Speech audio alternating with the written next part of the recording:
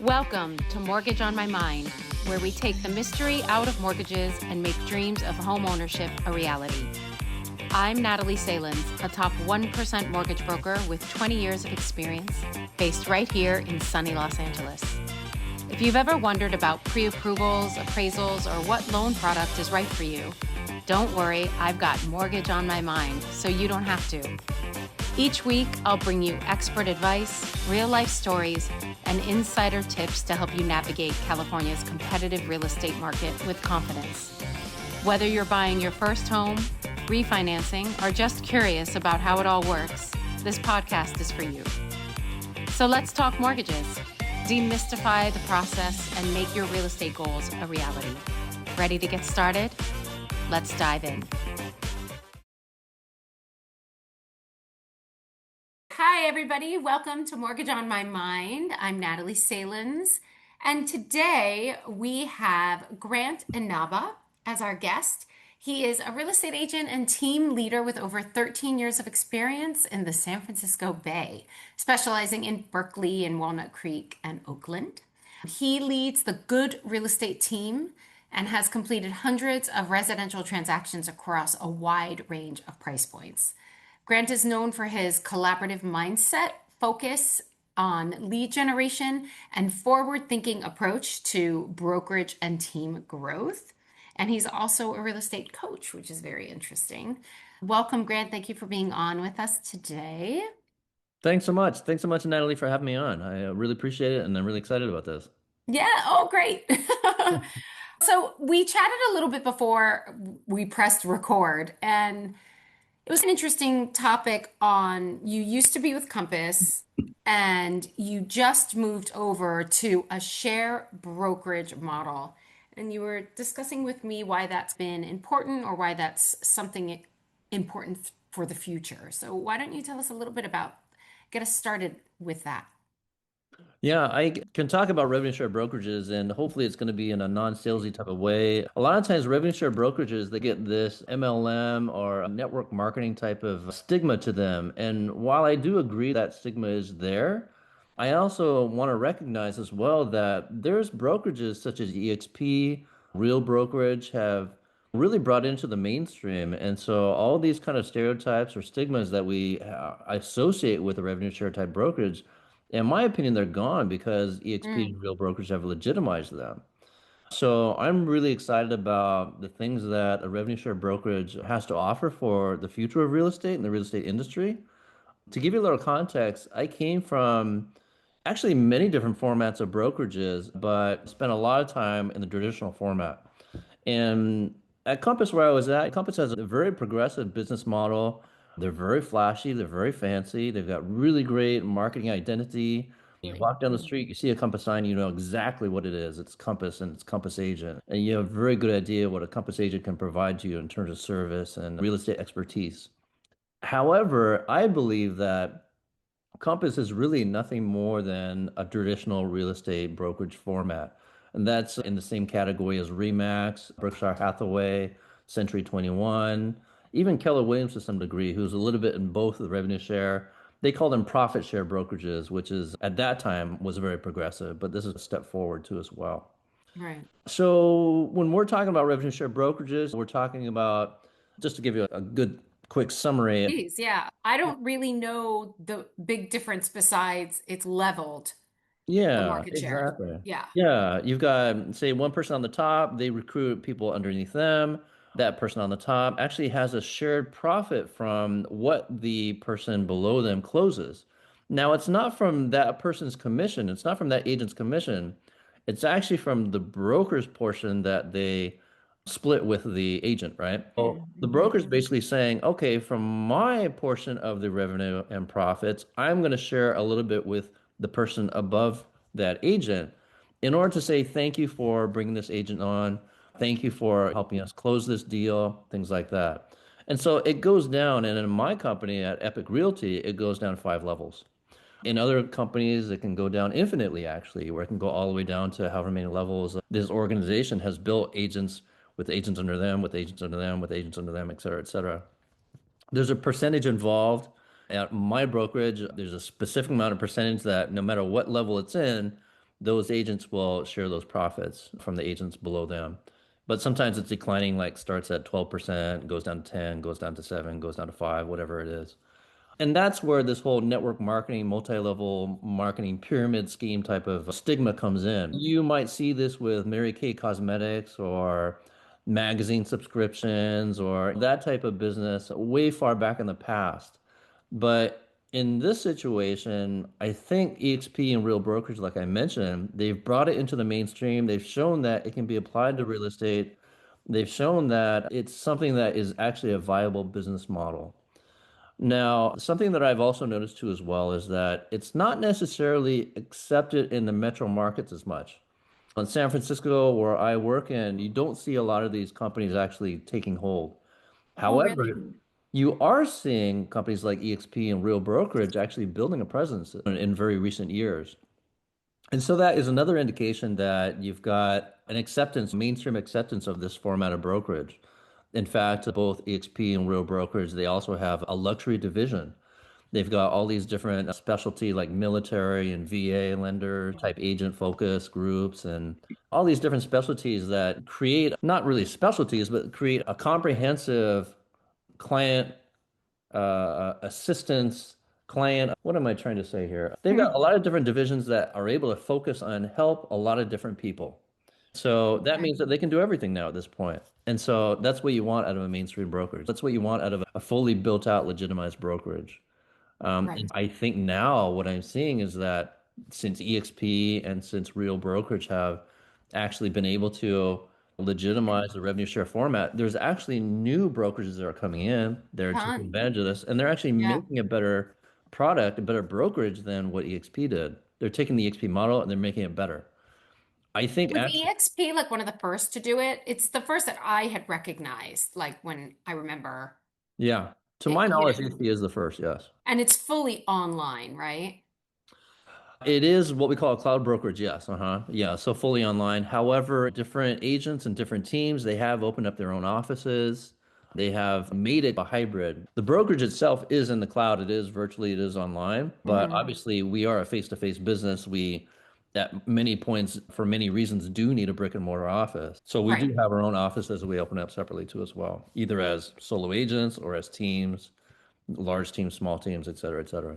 I have a very good agent friend of mine who just joined, I guess 4 months ago, joined Real. Okay. Yeah. And he has a beautiful office, just like a workspace kind of office Yeah. that is perfect for him. He's got a team. It's the same thing. It's an interesting way to think of it. It's like why you would think of it as a multi-level marketing thing. Mhm. It really isn't. For a lot of brokerages, a lot of companies, KWs and Coldwell Bankers, uh, you create a team and you earn percentage off your teammates when they close a loan. So Mhm. and it's the same thing. So Yeah. people who are under you are considered your team, and that's why you are earning certain types of commissions off of them and such.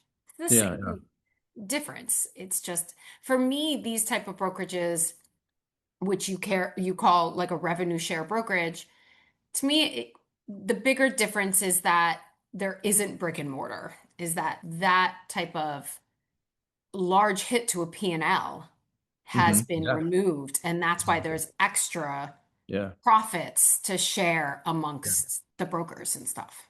Yeah. Yes, exactly. Yeah. And what my company Epic has done is they've created all these benefits for agents in place of that. Mhm. So now we have free digital billboard advertising, we've got free yard sign installations, we've got free agent support in this form of healthcare, even pet Right. insurance, dental and vision, a That discount. is, So there's those types of things too as well. sure. I don't know how they afford them, but they're scaling them out and they're actually bringing in new benefits all the time. At the very moment that I joined, they actually offered a 401k matching program, which is something Oh, that you've never ever seen in a brokerage before.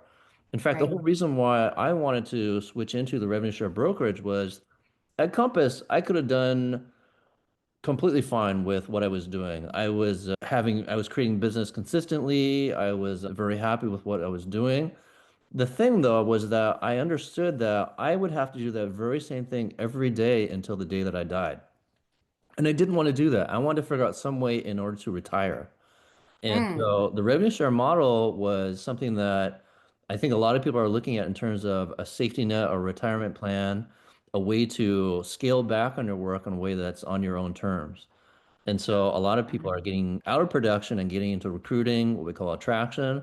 But there's also a lot of people that want to do a little bit of both. They want to have the recruiting and attraction and be able to have that revenue share income, but also work a little bit in production too as well. Sell on their own terms at their own pace, at their own speed. And right. so with the 401k matching program, I felt like this was something that was along philosophically the lines of what I really wanted to do, which was retire in some way that was going to be healthy for myself, my family, financially, was going to work out and things like that. And it seems to be happening at Epic right now. I'm really excited about that. That's great. Congrats and good luck. I wish you all the best with it. Do you have a team or do you have people under you at this point? Yes, actually. So I've had a team throughout my whole career. I've never actually worked alone. And so when people talk about being a solo agent, I find that to be extremely lonely when I think about it. And I think it's debatable whether or not the team's format is a fad, if it's really losing traction. I know a few years ago it was extremely popular and it was like the new thing. But I believe teams do have their utilitarian value. And so that's why I'm always going to stick with a team, Oh, whether or not it's certainly. popular or not. Yeah. Yeah. Doing it on your own. I say this and I'm like a sole loan officer. I don't have a team under me at all.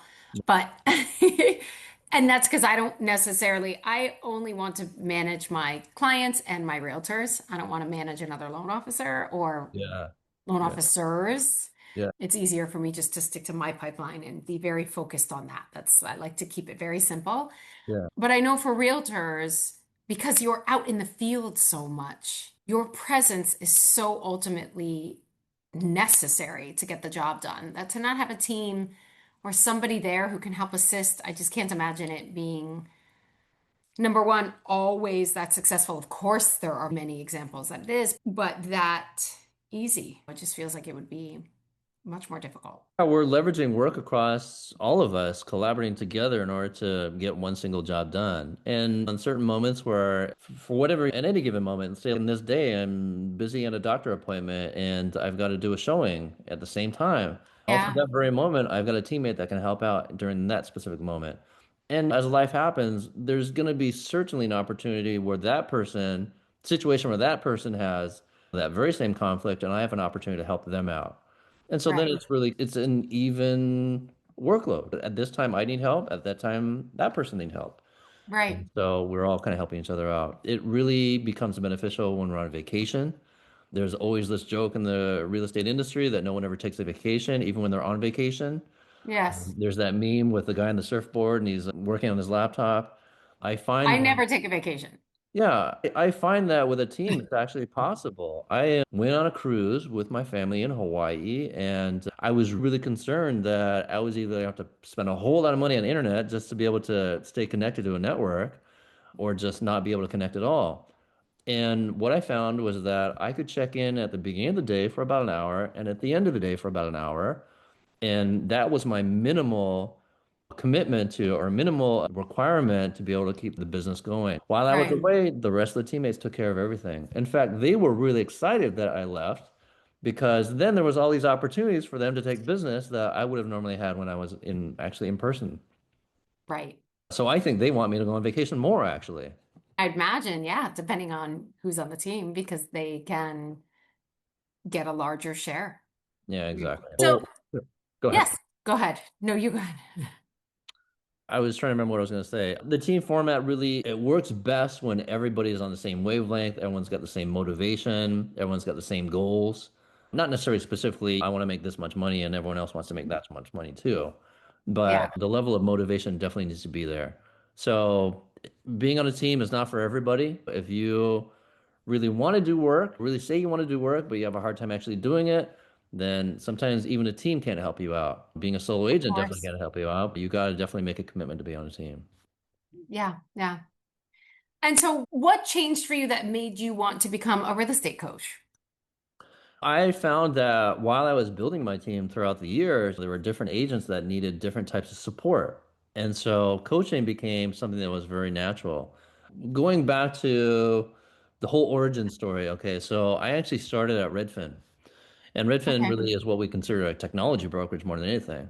And Redfin was, in my opinion, the very first company brokerage. Even within a brokerage, it was the very first people that had been using teams, leveraging teams in order to do real estate work. And so, Tell what, people out there what is Redfin as far because everybody understands Redfin as just being a place that they can go on and find yeah, listings and yeah, properties and things like that. But there are real estate agents that actually work as like salaried employees for Redfin, right? So that's that right. was that type of model. And why did so explain a little bit to the audience because I don't think they realize the difference. And that was a very revolutionary idea at that time. It Yeah, kind of still is, actually, I tend to believe. So in our market, the base salary for a Redfin agent was pretty low. It was something like $50,000 at the time. Don't quote me on that, but it was basically at sounds the about right. Yeah, kind of minimum wage almost salary level. It was very attractive to real estate agents, however, because it had full benefits attached to it. For any real estate agent that wanted to focus on healthcare and was concerned about that, then this was the dream scenario. And that's what made it very attractive. As a Redfin agent, however, for every single time you closed a deal, a contract, an escrow, there would be a review sent out. And depending on how many stars you got on the review and how good the review was, there was a bonus attached to it. So a lot of Redfin agents were actually focusing more on closing deals. If they could close, just churn them out, just bam, close lots of deals and get lots of good reviews, then they could significantly up their income just through this bonus structure. And so that's what sure. a lot of agents were doing.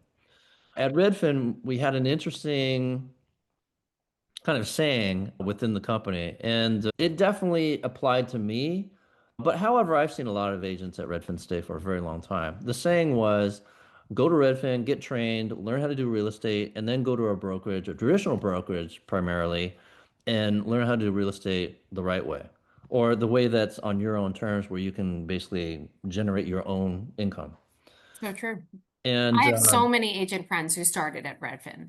yeah, Yeah, yeah. But I think there are a lot of Redfin agents that stay there because of the culture. Culture's great in a lot yeah, of ways. The stability of the insurance and benefits is there too as well. And the totally. fact that you actually get these leads coming in all the time, there's a lot of stability there too as well. There's lots of reasons to stay at Redfin. So I have so a couple of my big realtor referrals were with Redfin and then left. Hmm. And then I actually have one who is a killer agent. She does great business. She is super seasoned, very smart, absolutely knows what she's doing, funds a great amount every year. And she decided to go to Redfin last year because the market, of course, was very unsteady, super volatile. You know, the Mhm. leads that she was used to coming in weren't coming in as much in 23 and mid 24. And so she left and went to Redfin. And for the same reasons that you're saying, she was like, I want stability. I have two children. I want to know I'm going to make a certain amount of money every month, regardless of how many deals I close. I don't want to work so hard on getting the referrals or getting the leads. I just want it given to me. And even if I make way less commission, I should be closing more. So I should make about the same. Yeah, yeah, And I was like, how can you leave? You're so good. She's such a professional. Like, why are you going to Redfin kind of thing? But she was set on it. She really just wanted much more stability. She didn't want to think about it anymore, really. She yeah, didn't want to worry that 1 month is going to be good and 1 month is going to be bad. Yeah. yeah, yeah. That makes a lot of sense. That's a very good point. Yeah. So to go back to your coaching question, I had left Redfin basically mid-year one year. It was somewhere around 2011, I think it was. And I remember it very vividly, actually, because from July to December, the latter half of that year at the traditional brokerage that I switched to, I made the same amount of money as I did as in a full year previous at Redfin. And so that's what told me, okay, actually, I can do this on my own. I can make this work. I don't need Redfin. I can actually be a full 100% entrepreneur. And I did that actually by partnering with someone else and creating a team. And this guy was excellent at marketing, but I was left to do a lot of infrastructure type of work. It was a lot of times supporting these agents, problem solving for them. And so it only became natural that we started to develop a coaching program. It started really with me just archiving every single thing that I could get my hands on. It was processes, obviously. We would build an operations manual And we basically teach out of that operations manual, look, this is how we do things.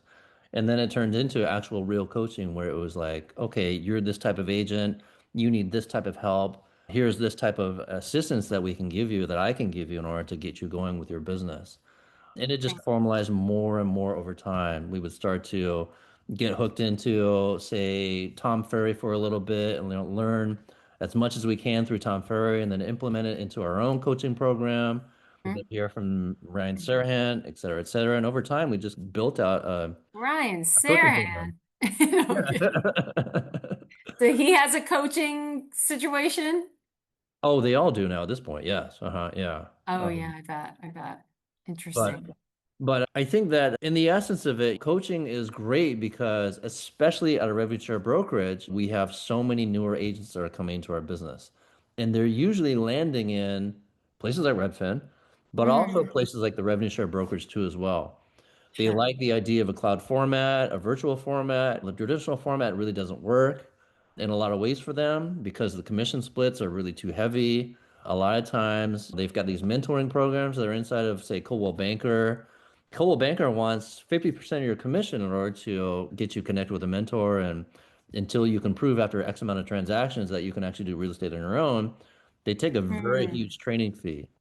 wow. So a lot of times the virtual brokerages, the cloud brokerages, we're all learning together. And so you've got a whole bunch of newer agents together in one room. They're all masterminding together. They're figuring out together what works, what doesn't work. And if you coach a program, like a coaching program in front of them, and they get some idea of what they're supposed to do, then they've got at least a roadmap to actually start succeeding. And that's where Right. coaching becomes very efficient and also you could say essential at a cloud brokerage. Yeah, interesting. And what would you say is most important about understanding which type of brokerage to choose? I always feel like if you're brand new, the KW platform is excellent because they cater to newer agents that need as much income as they can get. So their commissions are very good for new agents. But there Yeah. also is a big learning platform that they have for new agents. Yeah. And also Redfin, like you said, I think Redfin is a great place for people to start. Yeah. But what would you say is the most meaningful thing for agents to look at when choosing what kind of brokerage they should join and be a part of? When you're talking about financials, I can tell you this because I just recently went through it. It wasn't, I'm not going to tell you my age, but I told myself that at a certain age, I'm going to leave the traditional brokerage format and I'm going to go look for a revenue share brokerage that I want to join that's going to be best for my business and best for my team. Right. And so I researched all the revenue share brokerages out there. Already knew that I wasn't going to go with any traditional brokerage. But what I found was that actually all these brokerages, they all take their money in the amount of money in the very same amount. You can't really get a discount in your commission, is what I'm trying to say. The brokerage is going to get their money in one way or another. Keller Williams is very famous for this, where they have this declining split, but while your split declines, they tack on more fees.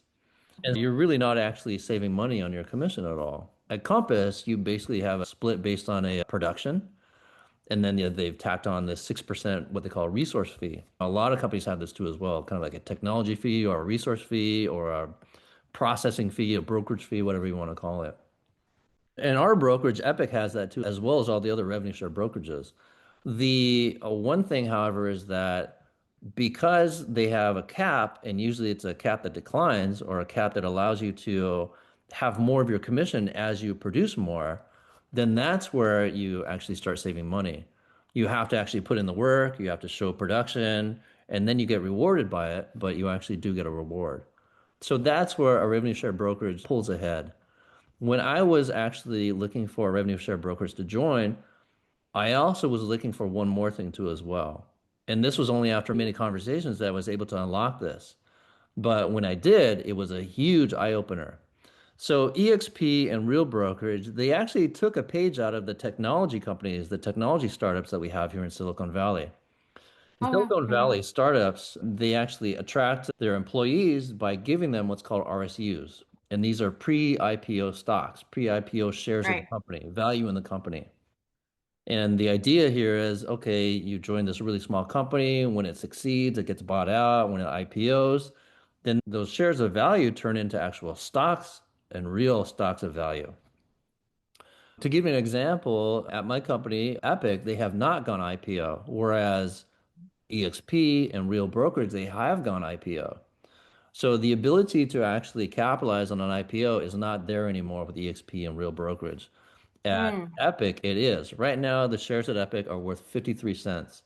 And the projection is that when the company IPOs, which is supposed to be sometime later on in 2026, that these shares are going to be worth minimum, I shouldn't say minimum, I shouldn't make any kind of guarantees at all, sure. but they should be worth probably around $5 a share. And I've heard that they're probably worth more. And so for me, that was a huge eye opener. I said, okay, there's a good production commission split that we're looking at. There's the ability to make money from revenue share. And now there's also this third ability to make money from the IPO. And so then I started really focusing on companies that were basically pre-IPO. All these revenue share brokerages, they have this IPO goal. And it just so happened that Epic was it was just really good timing. There's a runway that's predictable that we can foresee that it actually will IPO. There are some smaller companies that they're so far away from the IPO that you just don't know if it's actually going to happen. In fact, I really did consider those heavily because the Mm, longer the runway to the IPO, the more you have the ability to collect more shares, which then turns right. into larger values of stock. But at a certain point, you have to just take your losses, take your wins, understand the opportunity and the timing. And so that's what we did at Epic. Of course, of course. Yeah. Interesting. Very Yeah. interesting. As far as it's very different, obviously, with mortgage brokers and how we decide to choose a company that we are going to work with. For me, it was most important that I can always offer the gamut of mortgages to my clients. I hate saying no to somebody. So for me, it was going to be the most important thing was to get with a company that has almost everything available to me. So that, of course, in the States is a mortgage bank. And we call them IMBs, an individual mortgage bank. And that's because we only do mortgages and we are a full bank. We do all of it as far as funding our own loans. We're delegated, can broker. We have tons of investors we work with. We do jumbo, conventional, FHA, blah, blah, blah. Like every single thing that we could possibly offer to a borrower, we have in our list. And I think that's what was so important to me personally, regardless of pay structure and stuff, which is obviously is of course important, but less important to me than having all the programs available for my clients and stuff. Yeah. So yeah.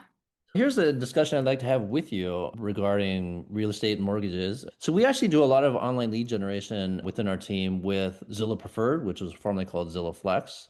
The reason why Zillow Flex exists is because Zillow wants to get into the home loans game with Zillow Home Loans. Rocket Mortgage just bought Redfin. We also have a partnership with Chase Bank. There's a program called Chase Agent Express. Mhm. Then we also have a program that we partner with. We just started partnering with Loan Depot called Mellow Homes. So Mhm. all these lenders are actually getting into the online lead generation game. And what they're doing is they're basically qualifying these leads and then they're giving them back to us and then asking for a commission split in order to close the loan together. And this is something that's becoming, I think it's getting a little dangerous in my opinion, actually. Yeah. Yeah. Yeah. Yeah. Interesting. Um, well, thank you so much for being on today. That's our time. It's been a pleasure. It's been really interesting talking about the different type of brokerages and why you have chosen the one that you have and the pros and cons of all of them. I appreciate you coming on and joining us and sharing your wealth of knowledge. And maybe we'll do it again sometime. Yeah, I'd love to. I look forward to that. Thanks so much for having me, Yeah. and I really enjoyed myself. I would love to have this conversation again. Certainly. Yes. Different topics, but absolutely. All right, everybody. Thank you so much. You can find all of Grant's information in the below and join us for the next Mortgage on My Mind. Thank you. Thanks for listening to Mortgage on My Mind. If you're ready to start your mortgage journey or have any questions, I'd love to help. With 20 years of experience, I make the process as simple and stress-free as possible. Check the show notes for my contact info and don't forget to subscribe, leave a review, and share this podcast. Until next time, I'm Natalie Salins, here to help make your real estate dreams a reality.